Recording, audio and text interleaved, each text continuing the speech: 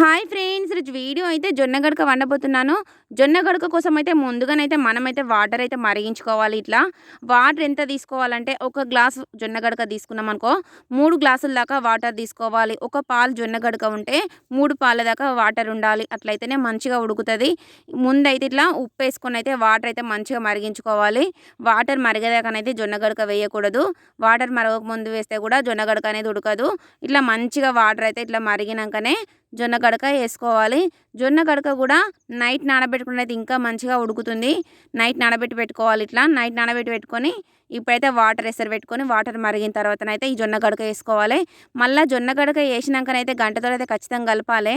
కలపకుండా మనం బియ్యం పెట్టినట్టు వదిలేసినామనుకో అది కింద మొత్తం గడ్డల్లా గట్టి పైన వాటర్ ఉండిపోయి అస్సలు ఉడకదు, మాడిపోతుంది. అందుకే మనమైతే ఇట్లా జొన్న గడక ఏసుకున్నాకనైతే కలపడం అయితే మెయిను. కలుపుకుంటూనే ఉండాలి. ఇట్లా వేసిన తర్వాతనైతే ఇట్లా కలుపుకుంటూ ఉండాలి.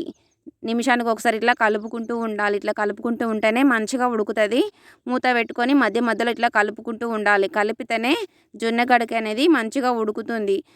హెల్త్‌కైతే చాలా మంచిది జొన్న గడక. షుగర్ ఉన్నోళ్ళైతే రోజుకొక పూటన్నా తినాలి జొన్న గడక అయితే చాలా మంచిది. చూడండి ఇట్లా మంచిగా ఉడికేదాకనైతే కలుపుకుంటూ ఉడికించుకోవాలి. ఒకసారి మూత పెట్టుకొని మళ్ళీ మధ్యలో మూత తీసుకొని ఇట్లా మంచిగా ఉడికించుకోవాలి. అది దగ్గర పడేదాకా ఉడికించుకోవాలి. మరీ గట్టిగా దగ్గర పడేంతలా ఉడికించుకోవద్దు. ఎందుకంటే చల్లారినాక ఆటోమేటిక్‌గా అదే దగ్గర పడతది. గట్టిగా అయితది కాబట్టి మనం కొద్దిగా లైట్‌గా దగ్గర పడితే సరిపోతుంది. ఇట్లా మంచిగా కలుపుకుంటూ అయితే ఉడికించుకోవాలి. ఇట్లా కలుపుకుంటూ ఉడికించుకోలేదనుకో అస్సలు ఉడకదు. కింద మాడిపోతుంది. గడ్డలాగా అయిపోతుంది. చెప్పినా కదా ఇంతకుముందే గడ్డలాగా అయిపోతుందని. అందుకే మనమైతే కలుపుకుంటూ అయితే ఉడికించుకోవాలి. చూడండి నేనైతే మూత పెట్టుకుంటూ మధ్య మధ్యలో మూత తీసుకుంటూ ఉడికించుకుంటున్నా. వీడియో అయితే ఎంత క్లియర్‌గా పెట్టినా చూడండి. మూత తీసుకుంటూ ఉడికించుకుంటూ మళ్ళీ మూత పెట్టుకుంటూ ఉడికించుకుంటున్నా. ఇట్లయితేనే మంచిగా ఉడుకుతుంది. ఒకసారి అయితే ఉడికిందో లేదో చూద్దాం. జొన్న గడకైతే చూడండి ఉడకలేదు. ఇంకొద్దిగానైతే ఉడకాలి. నేనైతే ఉడికిందా లేదా అని చూస్తేనైతే ఉడకలేదు. ఇంకొంచెం అయితే ఉడకాలి జొన్న గడక. ఎందుకంటే గట్టిగా ఉంటుంది కదా జొన్న గడక. అందుకే ఉడకడానికైతే టైం పడుతుంది.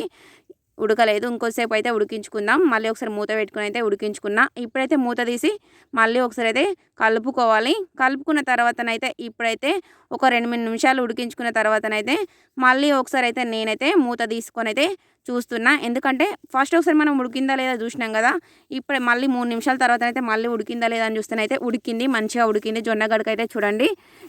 ఇలా ఉంటే సరిపోతుంది. ఎందుకంటే చల్లారినాక గట్టి పడుతుంది. మరీ గట్టిగా అయినాక స్టవ్ ఆఫ్ చేయొద్దు. ఇట్లా ఉండంగానే స్టవ్ ఆఫ్ చేసుకుంటే సరిపోతుంది. జొన్న గడక అయితే రెడీ అయిపోయింది చూడండి. ఇది చల్లారినాక గట్టిగా అవుతుంది. ఇప్పుడే గట్టిగా ఉండంగా బంద్ చేయొద్దు. అందుకే ఇప్పుడు ఇట్లా ఉండంగా స్టవ్ ఆఫ్ వేసుకుంటే సరిపోతుంది. వీడియో నచ్చిన వాళ్ళైతే లైక్ చేయండి, షేర్ చేయండి, సబ్స్క్రైబ్ చేయడం మాత్రం మర్చిపోకండి.